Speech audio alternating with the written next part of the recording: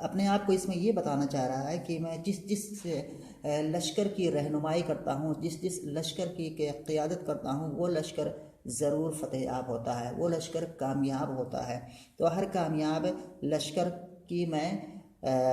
اس کی جو ہے قیادت کرنے والا ہوں۔ جس لشکر کی مطلب عادت پڑ گئی ہے کہ کبھی بھی مدد اس کے ساتھ بے وفائی نہیں کرتی ہے، مدد کبھی اس کے ساتھ